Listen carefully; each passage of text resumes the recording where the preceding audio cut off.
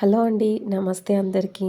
ఈరోజు మన ఛానల్లో అయితే అదిరిపోయే టేస్ట్‌తోని సింపుల్‌గా బోటి కర్రీ ఎలా చేయాలో ఈ వీడియోలో చూద్దాము. ఇక్కడ నేనైతే 1 కేజీ బోటి తీసుకున్నాను.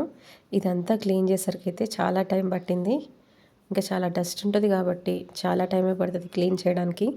తర్వాత స్టవ్ ఆన్ చేసి స్టవ్ పైన గిన్నె పెట్టేసి అందులో కొంచెం వాటర్ పోసుకొని కొంచెం ఉప్పు, పసుపు వేసుకొని కొంచెం హీట్ అయిన తర్వాత మనం క్లీన్ చేసి పెట్టుకున్న బోటి అంతా ఈ వాటర్లో వేసుకొని ఒక 5 లేదా 10 నిమిషాల పాటు అయితే మంచిగా ఉడికించుకోవాలి. మనం ఎంత క్లీన్ చేసుకున్నా కానీ ఇట్లా హీట్ వాటర్లో క్లీన్ చేస్తే ఇంకా బెటర్. తర్వాత ఇక్కడ 2 పెద్ద సైజ్ ఆనియన్స్, పచ్చిమిర్చి, కరివేపాకు అయితే కట్ చేసుకొని పక్కన పెట్టుకున్నాను. ఇప్పుడు స్టవ్ ఆన్ చేసి మళ్ళీ కుక్కర్ పెట్టేసుకొని 2 లేదా 3 పావుల ఆయిల్ పోసి జీలకర్ర కొంచెం చిటపటలాడిన తర్వాత ఆనియన్స్ వేసుకొని కలుపుకోవాలి. ఈ ఆనియన్స్ కొంచెం వేయించుకున్న తర్వాత పచ్చిమిర్చి, కరివేపాకు కూడా వేసుకొని ఇంకొంచెం సేపు అయితే వేయించుకోవాలన్నమాట.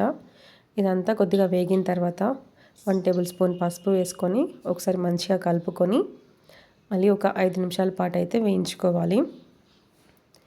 ఈ బోటి వండిన ప్రతిసారి అయితే మనం బోటిని చాలా క్లీన్ చేసుకోవాలి, లేకపోతే స్మెల్ అయితే వస్తుంది వండినాక తినేటప్పుడు.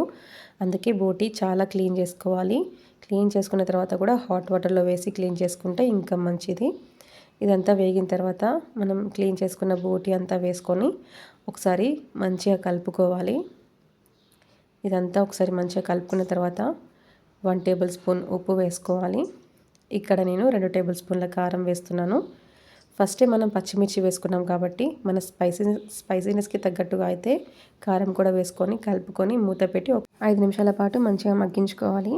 ఇక్కడ ప్లేట్లో ఉన్న ఐటమ్స్ అన్నీ అల్లం, వెల్లుల్లి, ఆనియన్స్, జీలకర్ర, ధనియాలు, లవంగం, దాల్చిన చెక్క ఇవన్నీ మెత్తటి పేస్ట్ లాగా చేసుకొని బోటీలో వేసుకొని ఒక 2 టమాటాలు కూడా సన్నగా కట్ చేసుకొని బోటీలో వేసుకొని మంచిగా ఒకసారి కలుపుకోవాలి. ముక్కలు మొత్తం మునిగేటట్టుగా అయితే వాటర్ అయితే పోసుకోవాలి. ఇక్కడ నేను గ్లాస్‌న్నర వాటర్ అయితే తీసుకున్నాను. ముక్కలు మునిగేంత వరకు వాటర్ పోసుకున్న తర్వాత కుక్కర్ మూత పెట్టేసి విజిల్స్ అయితే ఇచ్చుకోవాలి. మనం ఫస్టే బోటీని ఒక 5 to 10 మినిట్స్ అట్లా కుక్ చేసినాం కాబట్టి 8 విజిల్స్ ఇస్తే సరిపోతుంది.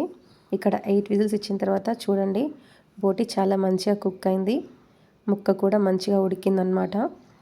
మళ్ళీ స్టవ్ ఆన్ చేసుకొని ఇంక ఇది మొత్తం ఉడికేటప్పుడు 1 టేబుల్ స్పూన్ గరం మసాలా వేసుకొని అయితే కలుపుకోవాలి. ఇక్కడ ఉప్పు, కారం కూడా టేస్ట్ చేసుకోవాలన్నమాట. నాకు ఇక్కడ ఉప్పు కొంచెం తక్కువ అనిపించి అయితే కొంచెం ఉప్పు వేసి అయితే కలుపుకున్నాను. ఇంకా లాస్ట్లో అయితే సన్నగా కట్ చేసుకున్న కొత్తిమీర కూడా వేసుకొని కలుపుకోవడమే, అంతే. ఇంకా సింపుల్ అండ్ టేస్టీ బోటి కర్రీ అంటే ఇది. ఒకసారి మీరు కూడా ఇలా ట్రై చేయండి. బోటి కర్రీ కొందరు తినరు, కానీ ఒకసారి ఇలా ట్రై చేసి చూడండి. ఎలా వచ్చిందో కామెంట్ చేయండి. నా వీడియో నచ్చితే ప్లీజ్ లైక్, షేర్, సబ్స్క్రైబ్ చేసుకొని నా ఛానల్ సపోర్ట్ చేయండి. Thanks for watching video. Bye.